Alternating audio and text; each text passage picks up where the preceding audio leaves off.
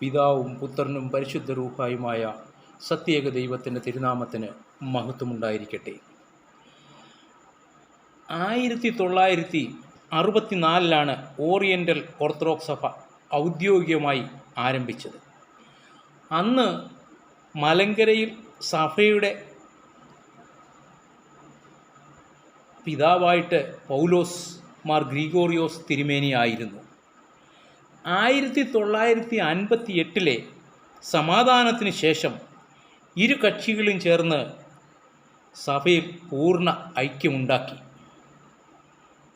അന്ന് പാത്രിയർക്കീസ് എഴുന്നള്ളിയാണ് കാതോലിക്കായെ വാഴിച്ചത്. എന്നാൽ അന്ന് ജന്മം കൊണ്ട മനുഷ്യൻ, അതായത് മലങ്കര സഭയിൽ മാമോദീസായിൽ ചേർന്ന മക്കൾക്ക് യാക്കോബായ എന്നാണ് പേര് ചേർത്തിരുന്നത്. സഭയിൽ, സർക്കാരിൽ അത് ആരും മറന്നു പോകരുത്.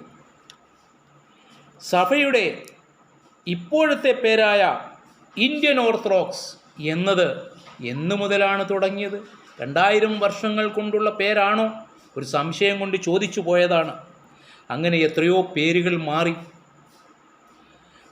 അതുപോലെ ഒരു തിരുമേനി പറഞ്ഞു എന്ന് പറഞ്ഞാൽ, കൊല്ലം ഭദ്രാസനത്തിലിരുന്ന കൂർലോസ് തിരുമേനി, പിന്നീട് പരിശുദ്ധ ബാബ തിരുമേനിയായ അദ്ദേഹം പറഞ്ഞു, നമുക്ക് വിദേശി വേണ്ട. അപ്പോൾ ഗീവർഗീസ് പുണ്യവാളച്ചൻ എവിടെ ഉള്ളതാണ്? വിദേശിയല്ലേ? സംശയം കൊണ്ട് ചോദിച്ചു പോയതാണ്. 1934 ഭരണഘടന ഒന്നാമത്തെ ക്ലോസ് നമുക്കൊന്ന് നോക്കാം. The Malankara Church is a division of the Orthodox Syrian Church. The primate of the Orthodox Syrian Church is the patriarch of Antioch. അപ്പോൾ അന്ത്യോക്യയുടെ ഭാഗമാണെന്ന് എഴുതി വച്ചിരിക്കുകയാണ്. അതൊന്ന് മാറ്റിക്കൂടെ? ഇത്രയൊക്കെ വാശി പിടിക്കുന്നവർ.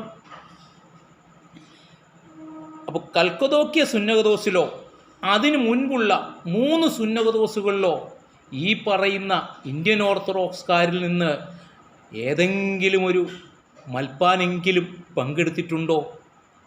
ഒരു സംശയം കൊണ്ട് ചോദിച്ചു പോയതാണ്. ആർക്കും അത് വിശദീകരിക്കാൻ സാധിക്കത്തില്ല എന്നെനിക്കറിയാം. എങ്കിൽ പോലും അപ്പോൾ പിന്നെ അന്ത്യോക്യയുമായി ഒരു ബന്ധവുമില്ലാതിരിക്കെ എന്തിനാണ് അന്ത്യോക്യയുടെ വിശ്വാസ പ്രമാണം എടുത്തു വച്ചിരിക്കുന്നത്? ഒരു സംശയം കൊണ്ട് ചോദിക്കുന്ന ഇതൊക്കെ. അപ്പോൾ തന്നെയുമല്ല, ഇപ്പോൾ ഓറിയൻ്റൽ ഓർത്തഡോക്സ് സഭകൾ ഇന്ത്യൻ ഓർത്തഡോക്സ് സഭയെ തള്ളിപ്പറഞ്ഞത് മൂലം ഇനി റോമിലേക്കോ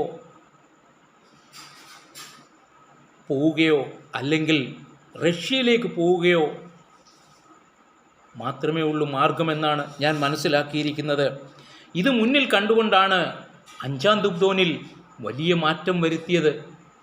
കാരണം റഷ്യക്കാർക്ക് സേവേറിയോസ് പിതാവിനെ ഉൾക്കൊള്ളാൻ ഒരിക്കലും സാധിക്കുകയില്ല. അപ്പോൾ തന്നെയുമല്ല, റഷ്യയിലേക്ക് പോകുമ്പോൾ റഷ്യൻ ഭാഷയൊക്കെ പഠിക്കണം. ഒന്ന് ആലോചിച്ച് നോക്കിയേ, നമ്മുടെ വിശുദ്ധ കുർബാനകളിൽ റഷ്യൻ ഭാഷ ചൊല്ലുന്നത്. അപ്പോൾ അത് തന്നെയുമല്ല, ഇപ്പോഴത്തെ ആരാധന രീതികൾ ഒരുപാട് മാറ്റേണ്ടി വരും. കുരിശിൻ്റെ രൂപം തന്നെ മാറ്റണം.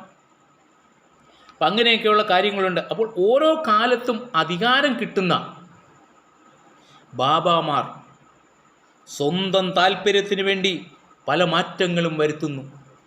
ഞാൻ മനസ്സിലാക്കിയ കാര്യങ്ങളാണ് ഈ പറയുന്നത്. അപ്പോൾ എങ്ങനെയാണ് നമുക്ക് 2000 വർഷത്തെ പാരമ്പര്യമുണ്ടെന്ന് പറയാൻ പറ്റുന്നത്?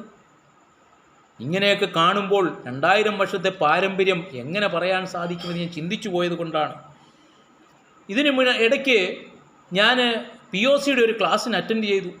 അപ്പോൾ പഠിപ്പിച്ചത് എന്താണ്? നമ്മൾ നെസ്റ്റോറിയന്മാരായിരുന്നു. ഞാൻ ഞെട്ടിപ്പോയി. കാരണം നെസ്റ്റോറിയന്മാരെന്ന് പറയുമ്പോൾ വേദവിപരീതികൾ, ആ വേദവിപരീതികളുടെ കൂടെ ആയിരുന്നോ ഇന്ത്യൻ ഓർത്തഡോക്സ് സഭ? അപ്പോൾ നെസ്റ്റോറിയൻ ആകുമ്പോൾ പരിശുദ്ധ കന്യാമറിയാമിനെ ദൈവമാതാവെന്ന് വിളിക്കാൻ സാധിക്കത്തില്ല. ക്രിസ്തുവിൻ്റെ അമ്മ എന്ന് വേണമെങ്കിൽ വിളിക്കാം എന്നാണ് അദ്ദേഹം പറഞ്ഞത്. അപ്പോൾ ഈ വിഷയം പിന്നീട് അതിന് മുൻപ് എൻ്റെ ഉണ്ടായിരുന്നെങ്കിലും പിന്നീടാണ് ഞാൻ ശ്രദ്ധിച്ചത്. POCയുടെ പുസ്തകമായ സഭ വളരുന്നു എന്ന പുസ്തകത്തിൽ 2-ാമത്തെ അധ്യായം നമ്മൾ വായിക്കുമ്പോൾ നമുക്കത് മനസ്സിലാക്കാൻ സാധിക്കും. അപ്പോൾ ഇതിൻ്റെയൊക്കെ അർത്ഥം എന്താണ്? മറ്റെവിടെയെങ്കിലും ഞങ്ങൾ അടിമകളാകാം, പക്ഷേ അന്ത്യോക്യയുടെ പാരമ്പര്യത്തിൽ സമതുല്യരായി നിൽക്കാൻ നമുക്ക് സാധിക്കത്തില്ല. വിചിത്രമായി തോന്നുകയാണ് എനിക്കിതിപ്പോൾ. അടൂർ ഭദ്രാസനത്തിലെ അപ്രയം തിരുമേനി എത്ര സത്യസന്ധമായിട്ടാണ് കാര്യങ്ങൾ പറഞ്ഞത്.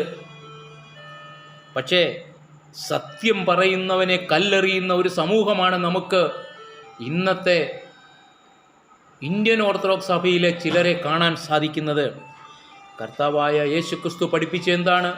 നിന്റെ സഹോദരന് നിന്നോട്, നിനക്ക് നിന്റെ സഹോദരനോടൊന്നല്ല, നിന്റെ സഹോദരന് നിന്നോട് എന്തെങ്കിലും ദേഷ്യമുണ്ടെന്ന് തോന്നിയാൽ നീ അവനോട് പോയി നിരപ്പാകുക എന്നാണ് പഠിപ്പിച്ചത്. അത് ഒരുപാട് കുപ്പായക്കാർ പ്രസംഗിച്ചിട്ടുമുണ്ട്. പക്ഷെ അത് പ്രസംഗിക്കാൻ മാത്രമാണോ എന്ന് തോന്നിപ്പോവുകയാണ്.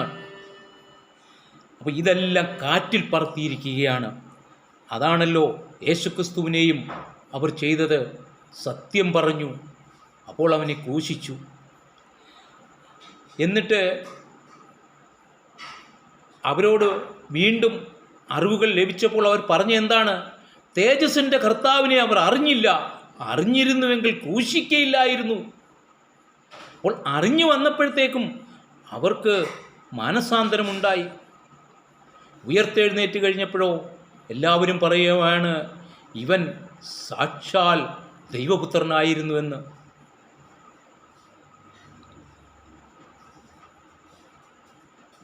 സഭയിലെ എല്ലാ മക്കൾക്കും നല്ല ബുദ്ധി തോന്നട്ടെ. Thank you.